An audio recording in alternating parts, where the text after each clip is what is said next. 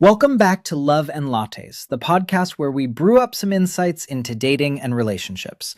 I'm Alex. And I'm Emma. And today we're tackling a classic, perhaps the classic first date scenario, the coffee shop date. Ah, the humble coffee shop.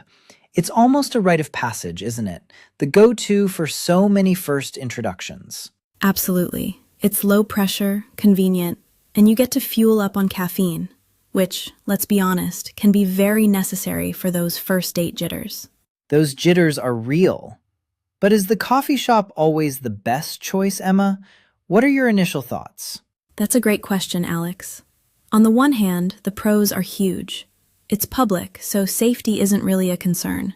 It's generally inexpensive, so there's no major financial pressure. And it has a built-in exit strategy. Ah, the exit strategy. Crucial for a first date. If it's not going well, oh, I have another appointment, and you're out in 45 minutes. No awkward 2-hour dinner. Exactly. It allows for a quick assessment of chemistry without a massive time commitment. You can gauge if there's even a spark. But on the flip side, it can also feel a bit generic, can't it? Just another coffee shop. It might lack a bit of pizzazz. It can. And depending on the place, it can be really noisy, making actual conversation difficult. Or, if it's too quiet, every pause feels amplified, and suddenly you're aware of everyone around you listening. So choosing the right coffee shop is actually pretty important. Not too loud, not too quiet. Maybe somewhere with a bit of character, but not so much that it's distracting. A place where you can actually hear each other, and it feels comfortable, not sterile. Avoid the super busy morning rush or peak lunch hour if possible. Good point. Ambiance plays a bigger role than people think. You want to be able to focus on the person, not the barista yelling orders or the lines snaking past your table. Okay, so you've picked the perfect coffee shop. Now what? The conversation. This is where a lot of people freeze up. Oh, the dreaded, so what do you do? It's a classic, but it can quickly become an interrogation. We need to go beyond the resume. Exactly. My go-to is often something about their day, but in a way that invites more than a yes-no answer. Like, what was the most interesting part of your day so far? Or, did anything funny happen on your way here? I like that. It opens the door for a story. Or even something about how they got to the coffee shop. Did you have to brave much traffic? Or is this a typical spot for you? It's about finding an organic starting point. It's all about finding common ground or a shared interest. And really, truly listening to their answers. Not just waiting for your turn to speak, but genuinely engaging. Active listening is crucial. If they mention a hobby, ask about it. If they talk about a trip, ask where they went and what they loved. Show genuine curiosity, because people love talking about themselves. And don't be afraid to share a little about yourself too. But don't dominate the conversation. It's a dance, a back and forth, not a monologue. Right. And maybe avoid diving into super heavy topics like past relationships, politics, or religion on a first coffee date. Keep it light, keep it fun. Unless those topics naturally come up and you both feel comfortable, which is rare on a first date.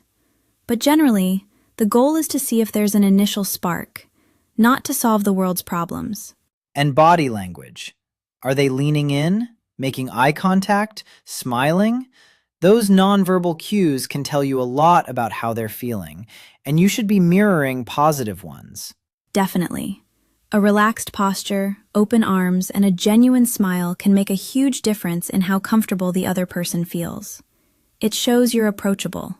So we've got the venue, we've got the chat. Let's talk about the nitty-gritty, logistics and etiquette. Who pays? Ah, the eternal question. My personal rule of thumb is, if someone asked me out, I expect them to offer to pay. However, I always offer to split or pay for my own. It's just polite. That's a good approach. As the person who initiated the date, I'll always offer to cover it. But I also appreciate the offer to split, and sometimes I'll accept it, especially if it feels like a really casual, friendly vibe. It's a nice gesture, isn't it? Shows independence and consideration. What about timing? How long should a coffee date last? I think 45 minutes to an hour is perfect. Enough time to get a good sense of each other, but not so long that it drags or you run out of things to say. Exactly.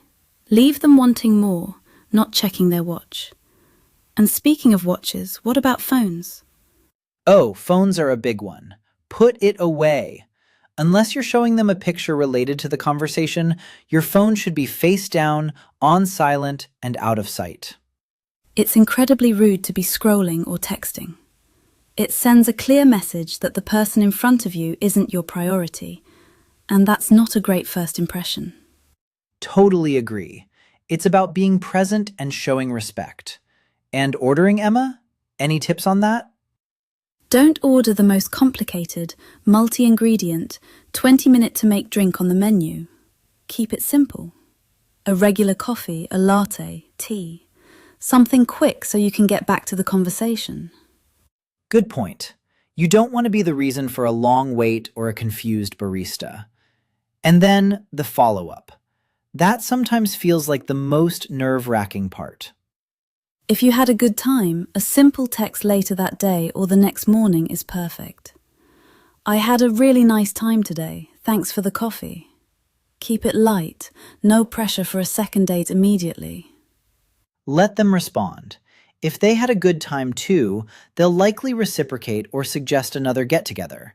Don't bombard them with messages if they don't reply instantly.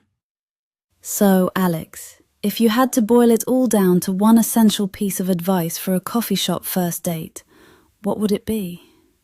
I think it's to remember that it's just coffee. It's not a marriage proposal. The goal is simply to see if you enjoy each other's company for a short period. Be yourself, be present, and try to have fun. I love that. Be yourself, be present, and have fun.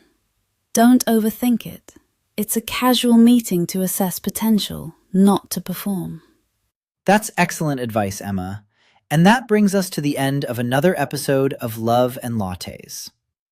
Thanks so much for joining us today. We hope these tips help you navigate your next coffee shop first date with a little more confidence.